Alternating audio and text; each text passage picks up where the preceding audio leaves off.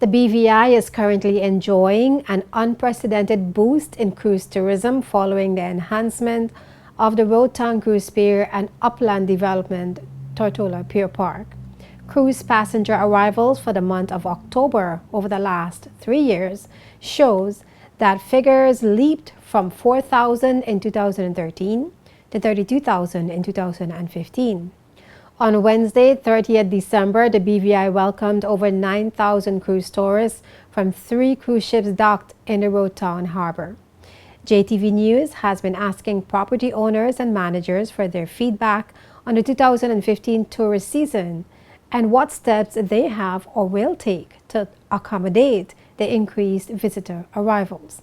Quito Reimer, proprietor of Quito's Gazebo at King Garden Bay, says there has been an upsurge in cruise activity along the bay. King Garden Bay and this area feels again like it used to feel in the early days. You know, there were a period when it was a little quieter, but now people are back and you can see that they're really enjoying the area.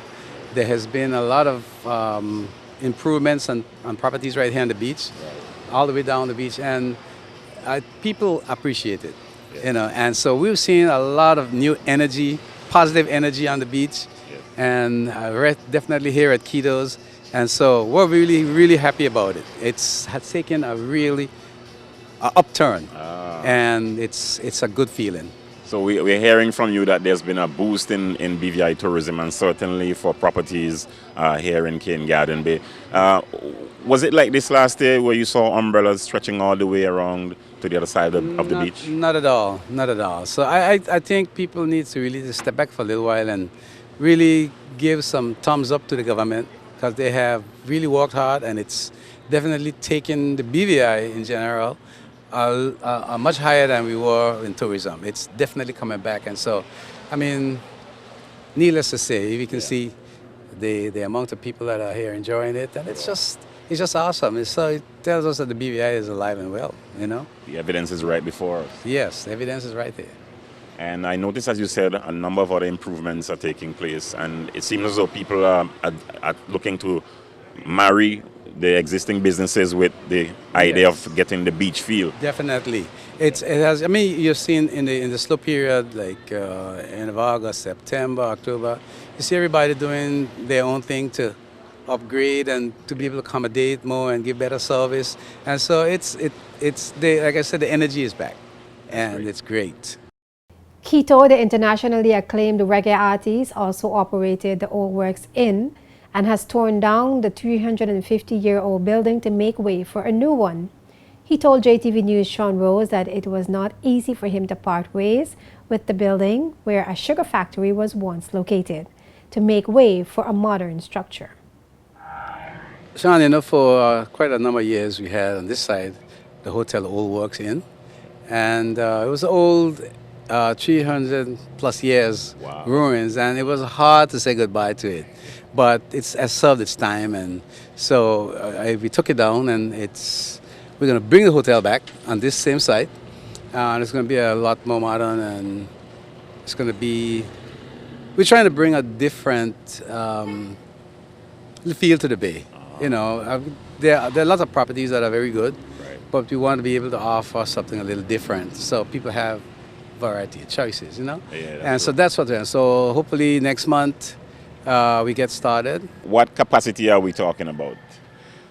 Well, we're talking not five star. It's because of the constraints of the area. You know, there's not a lot of room around, so we're working with what we have, and we're going for beach chic.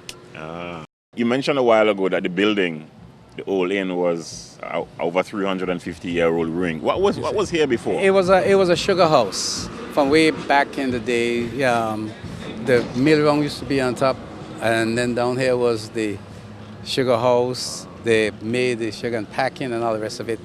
And so it was a joy because I opened up the restaurant in 1981 here, on the same old walls, and then move on up to adding some rooms, and it was pretty charming. But there was a lot of challenges with it, and every time the rain came down, You couldn't see where it was coming from, couldn't find it, but the bottom floor was just, you know, filled up with water, and so it had to go. It was hard, like I said, to patch with it. So the old sugar mill, that explains the drawing on the wall there for the bar and Yes, restaurant. to keep a little